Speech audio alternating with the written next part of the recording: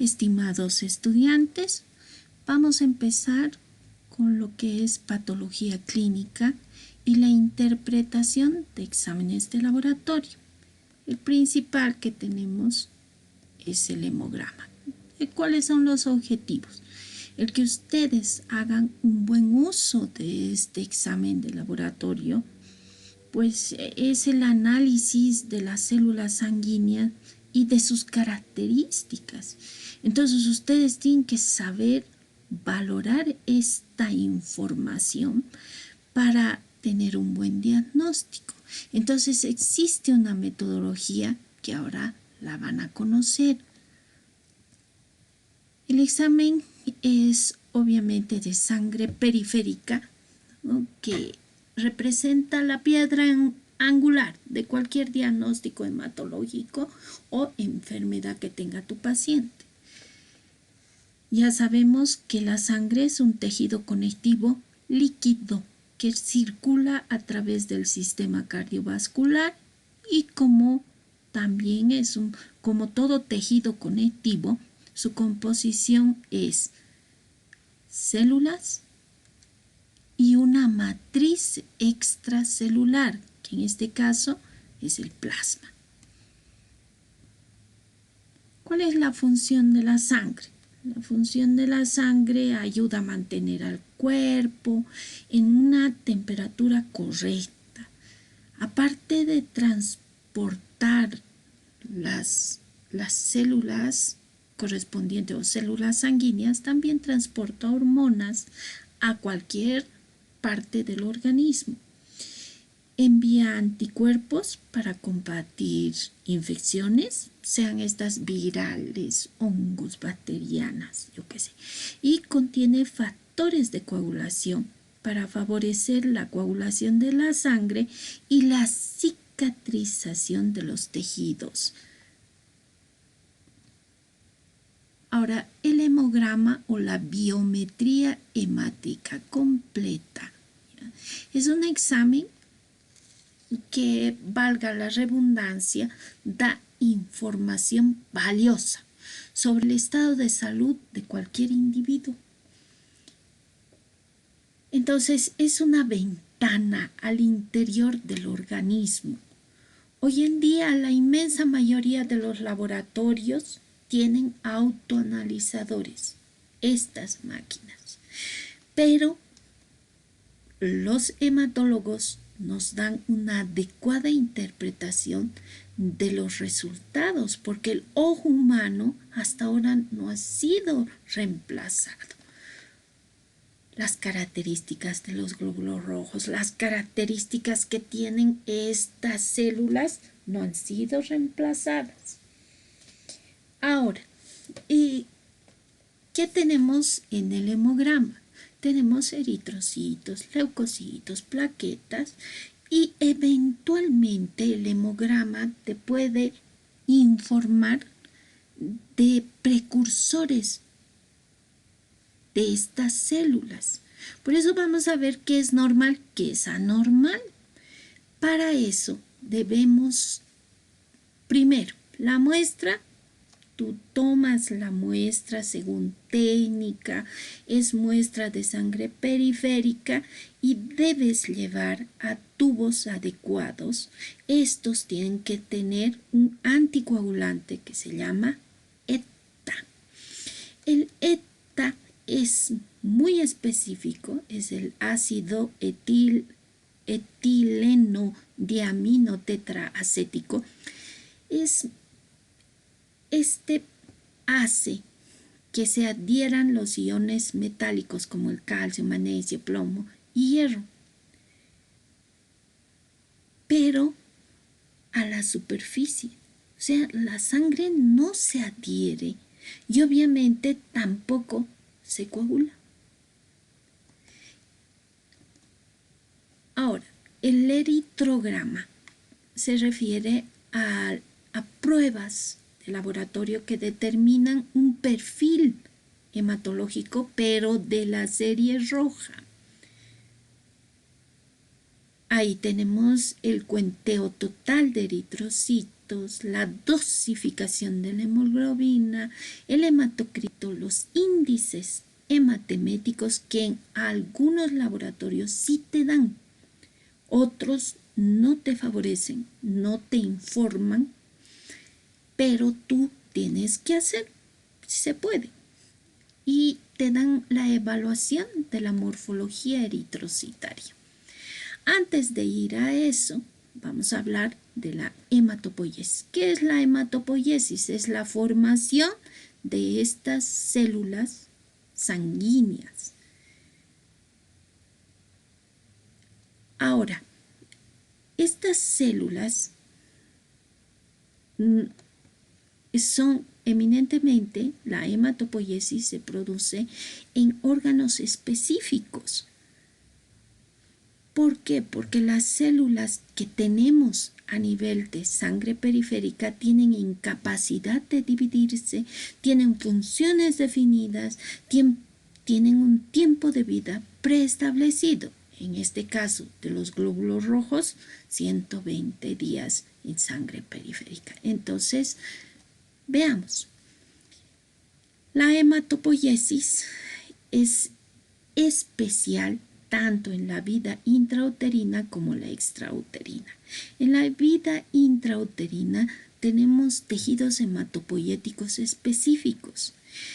El primer mes del embarazo, la hematopoiesis se produce en el saco vitelino, en los islotes sanguíneos, pero es muy interesante. Estos islotes presentan glóbulos rojos, nada más. No hay glóbulos blancos, no hay plaquetas, solo glóbulos rojos. Y su morfología es diferente a la que conocemos, que es bicóncavo, pero en primer mes de vida intrauterina, estos glóbulos rojos son grandes, redondeados y lo único que hacen, no llevan oxígeno, lo único que hacen en esta etapa es que los vasos no se obliteren, sino que estén dilatados y la sangre circule adecuadamente. A partir de la sexta semana de vida intrauterina comienza la hematopoiesis en el hígado. Por eso, el hígado es el órgano hematopoyético intrauterino esencial. Es el primero y él comanda. Claro que también se produce en órganos extra hígado, que son los ganglios linfáticos y el vaso. Los ganglios linfáticos paraórticos principalmente. La última etapa de la vida fetal empieza la formación de estas células sanguíneas en la médula ósea, pero de alguna forma sigue el hígado comandando esta hematopoiesis. Cuando nacemos, el hígado cesa su función y la médula ósea comanda específicamente. Obviamente en un paciente recién nacido de término. El prematuro es otra cosa. Al principio, en los niños, se conoce como un fenómeno de centralización o ley de Neumann. ¿Eso qué significa? Que la hematopoiesis se produce en huesos planos, vértebras, huesos del cráneo.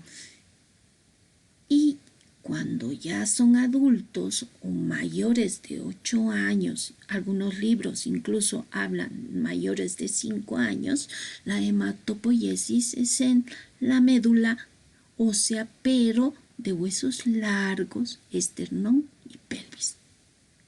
Pero en los niños van a encontrar, ¿no?, en la bibliografía el fenómeno de centralización. Se centra en huesos cortos, chicos. Ahora, la eritropoiesis como tal, que es lo que es esta clase, se realiza en 9 días con una célula o una unidad formadora de colonias de eritrocitos, donde va primero el proeritroblasto, el eritroblasto basófilo, eritroblasto policromatófilo, eritroblasto acidófilo, reticulocito y el eritrocito.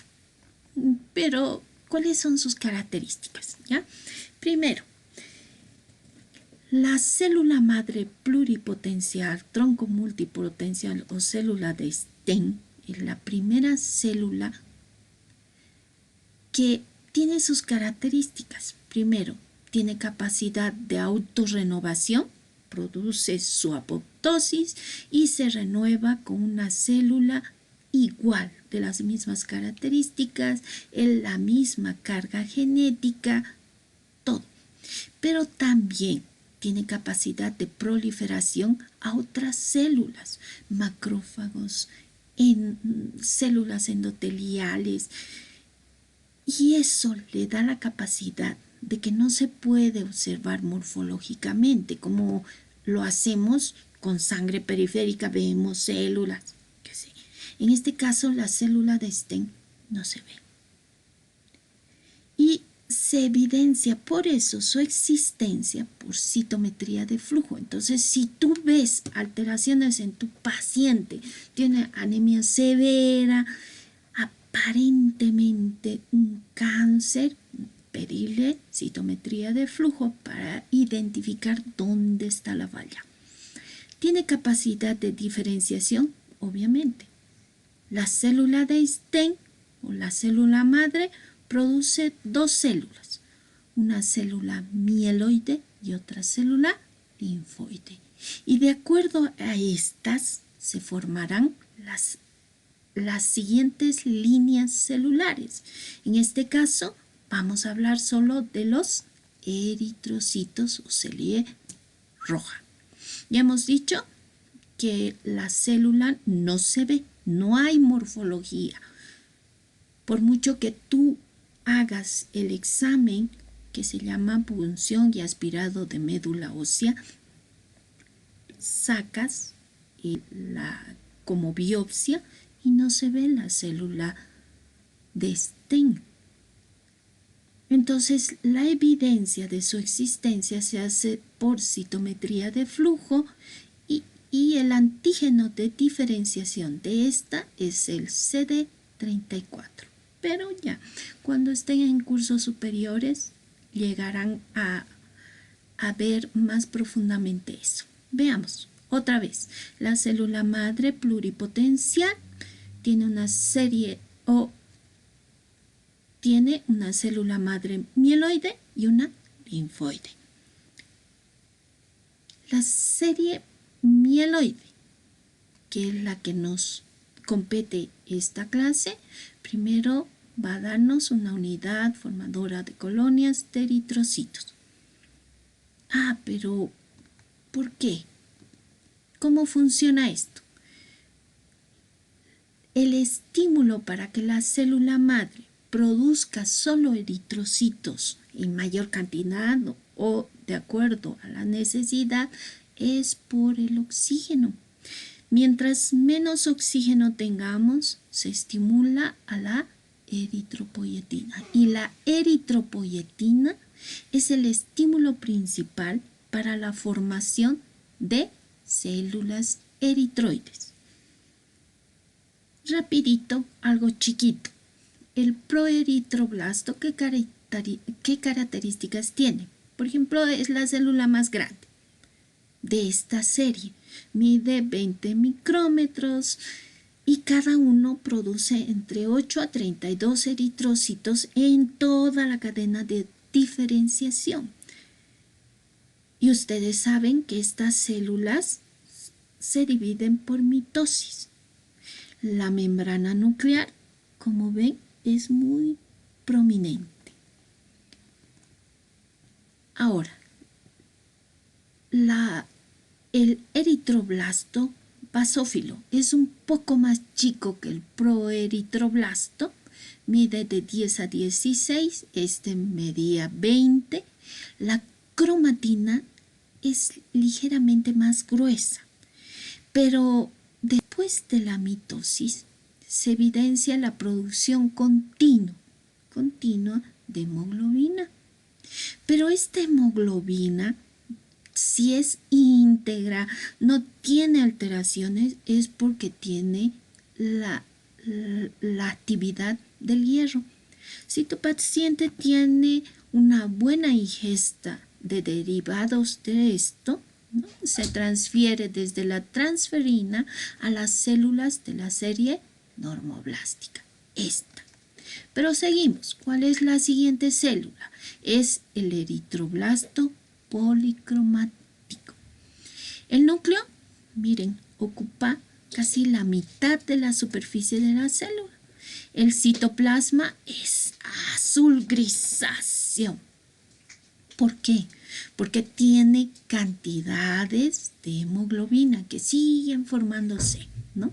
Pero tiene menos ribosomas.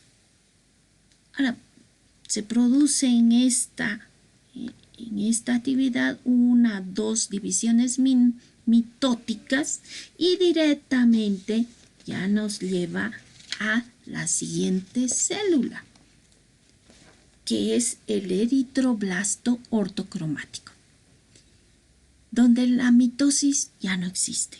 En el eritroblasto ortocromático la mitosis ya no existe.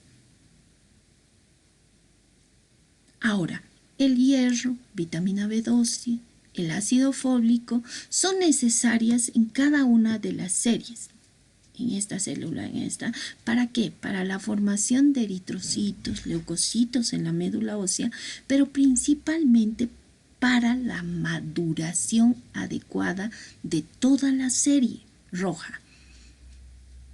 Cuando tenemos inexistencia de vitamina B12, hierro, se habla de una eritropoiesis ineficaz, porque tenemos alteraciones. Pero seguimos con la eritropoiesis. El reticulocito, miren, se nota en el dibujo, no tiene núcleo. Ahora, la cantidad de reticulocitos y glóbulos rojos en la médula ósea son iguales.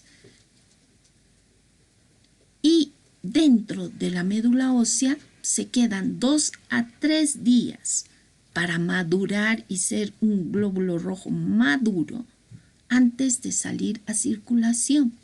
Pero si hay aumento de la hipoxia, si tienen problemas, el paciente tiene alguna alteración, entonces salen a circulación. Son más grandes, llevan oxígeno porque tienen hemoglobina dentro, ¿no? Pero en circulación periférica maduran en 24 horas. Así de fácil. En cuanto a la serie roja, obviamente tenemos diferentes valores, tanto en la costa como a nivel de la altura donde nosotros vivimos. Entonces, ustedes tienen que dominar esto, los valores, tanto en la costa como a nivel de la altura. Estos son valores que se ha conseguido del IVA.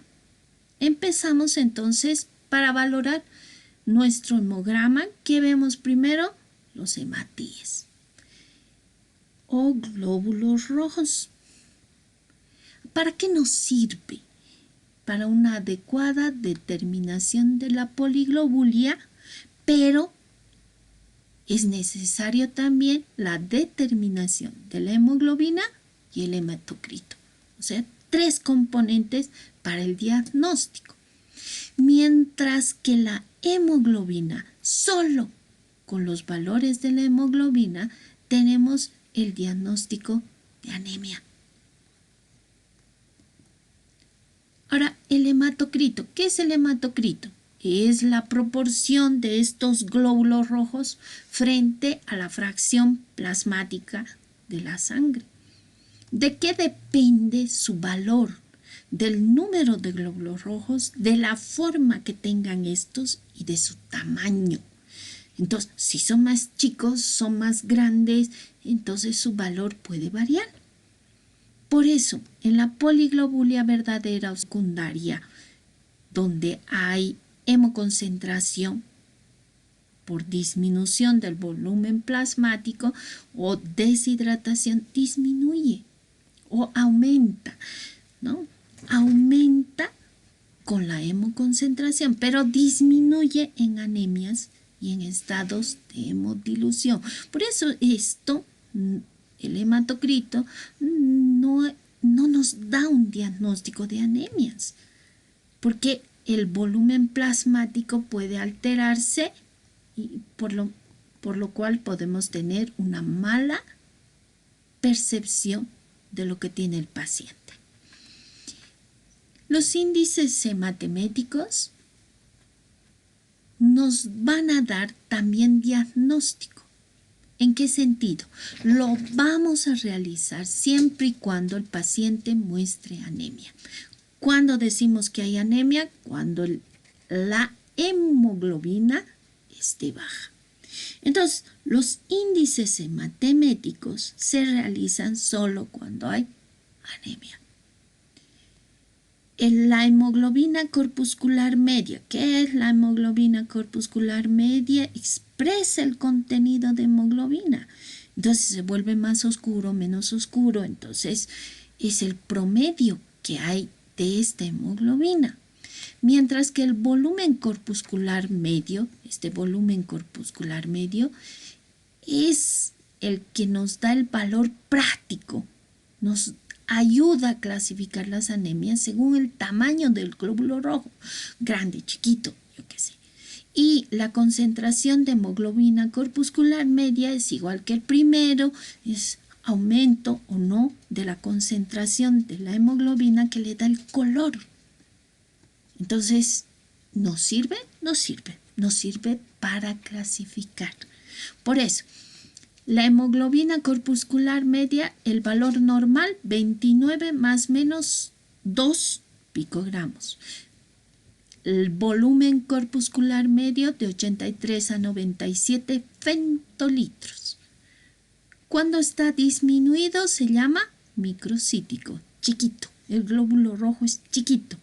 Cuando está grande, macrocítico. El microcítico, lo más destacado es la anemia ferropénica y las talasemias. Y macrocítico en deficiencias de vitamina B12 o ácido fólico también, en el hipotiroidismo, hepatopatías o síndrome mielodisplásicos, o sea, lesión ya de la médula ósea, no está formando, ¿se dan cuenta? Y la hemoglobina corpuscular media, ¿cuándo está disminuido? En la anemia ferropénica también. Entonces, tamaño, color. Otro índice hematemético que tenemos ya en nuestro medio. Antes no teníamos que pedir y eso era mucho más caro. Era el ADE o es el ADE. El ADE o distribución de los glóbulos rojos. Esto nos da una dispersión del tamaño del glóbulo rojo, pero este parámetro se cuantifica. Puede que el volumen del glóbulo rojo esté agrandado o el rango como tal. Ahora, ¿cuándo se altera precozmente? Principalmente en las anemias nutricionales, antes que los otros índices. Tú dices, este paciente no come, lo veo bajo de peso, yo qué sé, pedile ADE, verifica. Este ancho de distribución de los eritrocitos, o sea, si son grandes, chiquitos, yo qué sé, aparecen en los hemogramas y sirve para ver también la anisocitosis. Anisocitosis, volumen diferente de cada glóbulo rojo. Entonces, mayor de 15%, tendrá una heterogeneidad más grande de este pool de glóbulos rojos. ¿A qué se llama pool? Si ustedes leen libros de hematología, hablan de toda esa gran cantidad de glóbulos rojos que sale de la médula ósea, se llama pool. Salen a la circulación, es un pool. Estará por debajo de 14, cuando la heterogeneidad no es tan grande. No es tan grande. Entonces, ¿para qué nos sirve esto? Para ver la medida de anisocitosis que tiene, o sea, grandes, pequeños de los glóbulos rojos, y sirve también o se altera en pacientes con anemia por desnutrición. Es lo primero que se altera, pero seguiremos. En el hemograma también te pueden decir reticulocitos tanto. ¿Qué son los reticulocitos? Ya hemos visto en la eritropoiesis, son hematíes inmaduros. Son anucleados, pero sí tienen algunas organelas, como en el dibujo. Tienen organelas como mitocondrias, ribosomas, retículo endoplásmico. Pero tienen la capacidad de llevar oxígeno. ¿Cuál es la diferencia con el glóbulo rojo? El glóbulo rojo, si ustedes se acuerdan, es bicóncavo. Entonces puede pasar vasos pequeños. El reticulocito no. ¿Qué características tiene el reticulocito? Que es grande. Es mucho mayor a un glóbulo rojo maduro. El volumen normal es este, ¿ya? Tanto en valor absoluto como en porcentaje. Ahora, hemos dicho, ¿no? Cuando hay anemia, ustedes tienen que darle el apellido. Es anemia microcítica, hipocrómica, o sea, chiquito el glóbulo rojo y pálido. Eso quiere decir. Pero el reticulocito también te da un diagnóstico o un apellido a tu anemia. Puede ser regenerativo a regenerativo, ¿no? Que esté alterado algo en su formación. Como regenerativo, cuando los reticulocitos son mayor a 5, ¿qué está pasando? Resulta que estos pacientes, pues, está englobada las patologías de anemia hemolítica, cuando se rompen los glóbulos rojos. Ejemplo muy claro es cuando hay incompatibilidad sanguínea, puede ser por el sistema ABO o RH. Se rompen, anemia hemolítica. El paciente sufre hemorragia, un accidente, una hemorragia, donde quieran que ustedes se imaginen, entonces tus reticulocitos aumentan. Tú necesitas más oxígeno, requieres, entonces tus reticulocitos salen, porque el daño no es en médula. Mientras que las A regenerativas, donde los reticulocitos son bajos o ausentes, no salen de médula ósea. ¿Por qué? ¿Qué ha pasado? Entonces, tenemos alteración en la síntesis de hemoglobina. ¿Qué ha pasado? La hemoglobina no se está formando, entonces los reticulocitos bajan.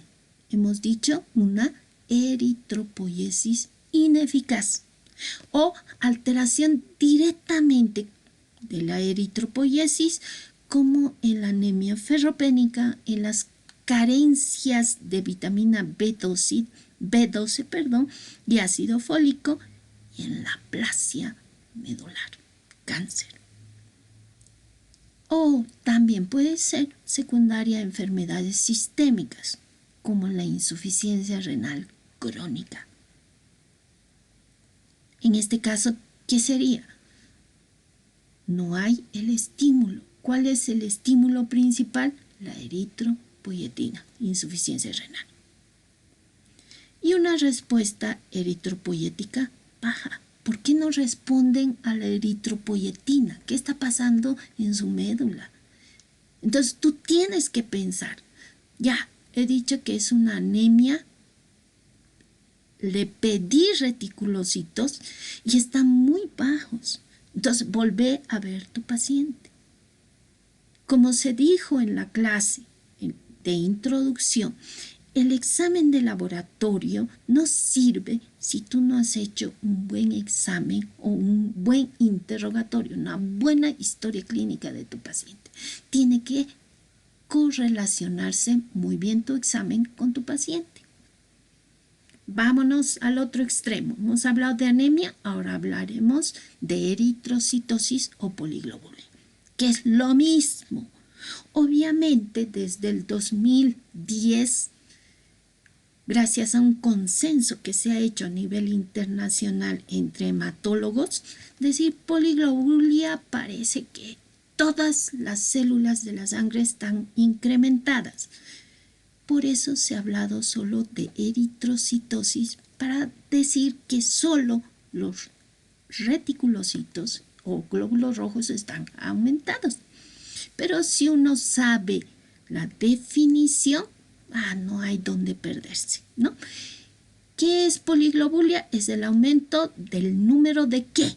De glóbulos rojos, hemoglobina y hematocrito, con estos valores que ustedes tienen que dominar. ¿Por qué? Porque vivimos en la altura. Por eso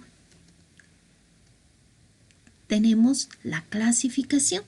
Hay una poliglobulia relativa o pseudopoliglobulia, la primaria y secundaria. ¿Pero qué es esto? ¿Cómo puedes diferenciar?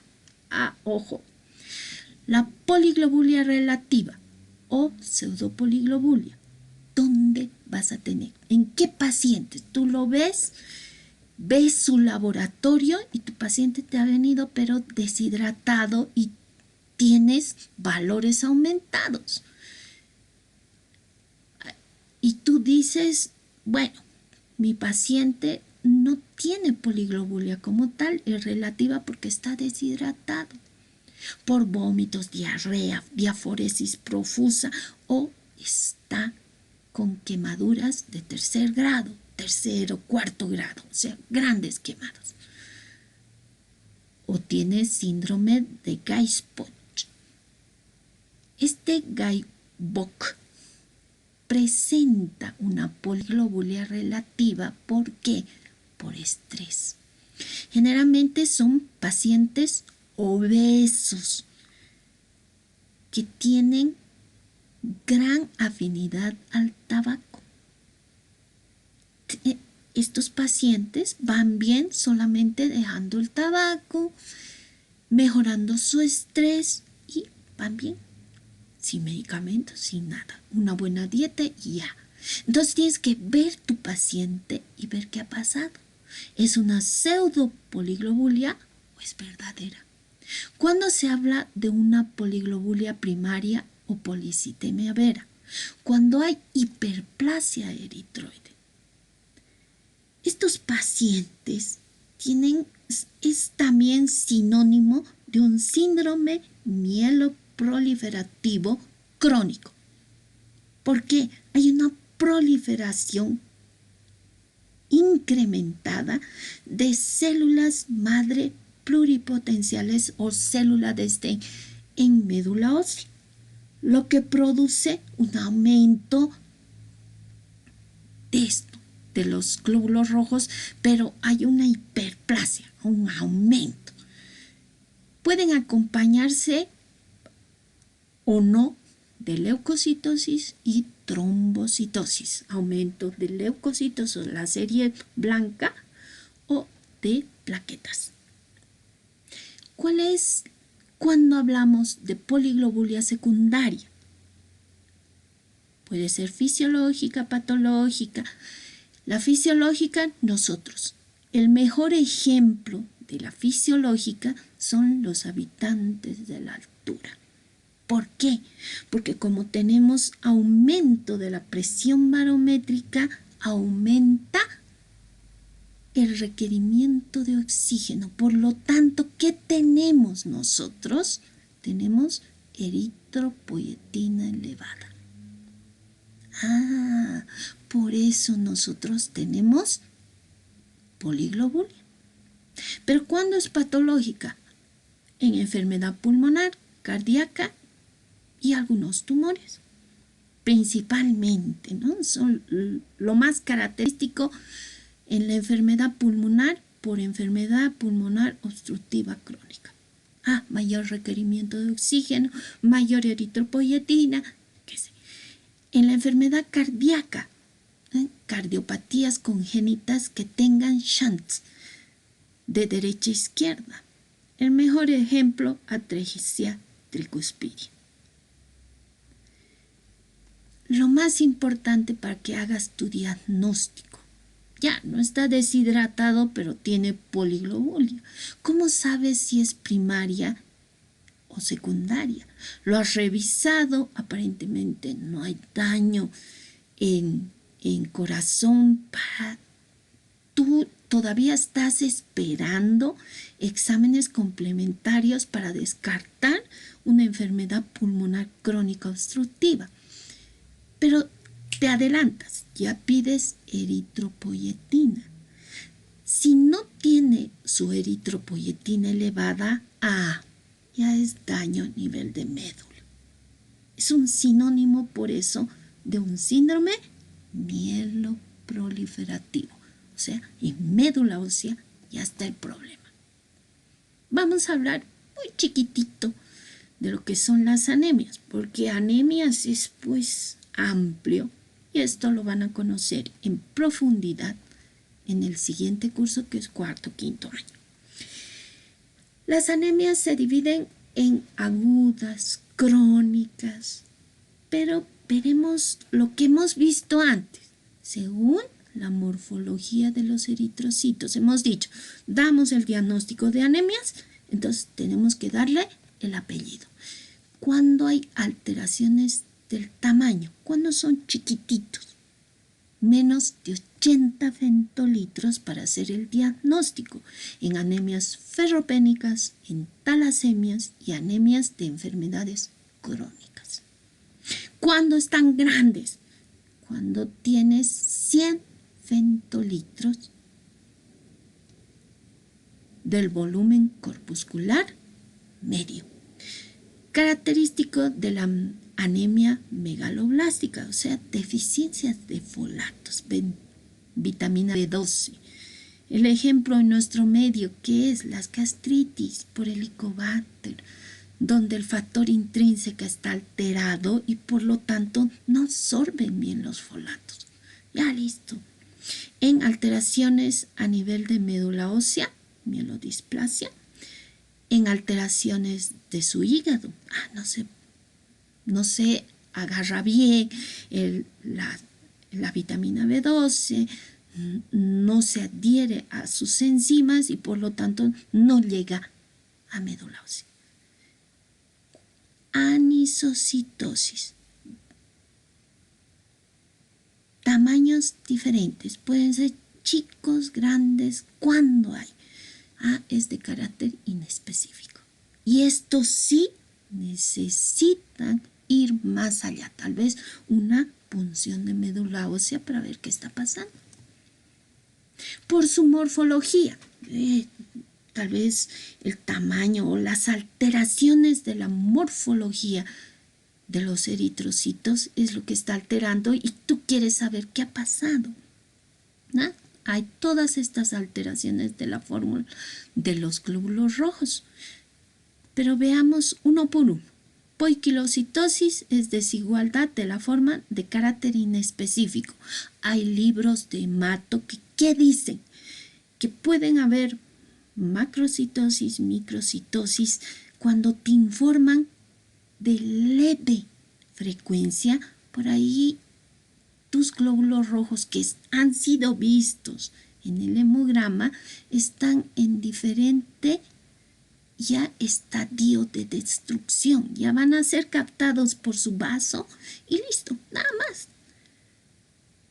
Pero si te dicen poiquilocitosis, grandes, chiquitos, de varias formas, pero en un porcentaje mayor, ahí hay que investigar, ¿no?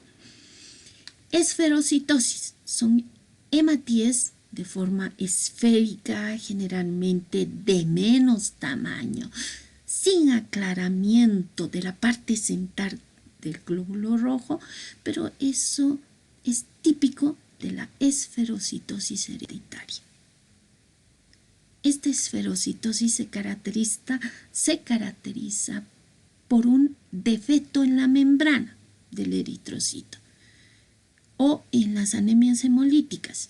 La esferocitosis hereditaria ya tenemos en el medio y son diagnosticados tardíamente. Eso tenemos que evitar. Tú tienes que verlo al paciente, ¿no? Los eliptocitosis, hematíes de forma elíptica, típico de la leptocitosis hereditaria. Estomatocitos es cuando los hematíes tienen depresión a nivel del centro y tienen forma de boca. Esto es frecuente en la esferocitosis hereditaria. Ojo, hepatopatías. Cuando te diga tu simple hemograma, estomatocitosis leve o moderada, fíjate su hígado. Pregunta qué antecedentes familiares. Generalmente ellos ya vienen con diagnóstico. No, mis familiares tienen esto, ¿no? Alcoholismo y anemias autoinmunes. Dacriocitos son hematíes en forma de lágrima, frecuente en cuadros mielofibrosis o mieloptisis, de otras etiologías, ¿no? Tienen ocupación de tumores entonces a nivel de médula ósea. Los esquistocitos o hematíes fragmentados, típico en la hemólisis. Cuando tenemos eritrocitos en forma de diana, ¿no? Cuando la zona central es muy clara y típico de la anemia ferropénica y de las talasemias. La anemia ferropénica, piensen siempre que es la anemia más típica que vas a encontrar, porque la mayoría de las personas no consumen sus alimentos de forma apropiada. Hay que investigar, ¿ya? Los drepanocitos son células falciformes característicos de las hemoglobinopatías o déficit de piruvatos. Con eso hemos terminado esta primera parte del hemograma, que es la serie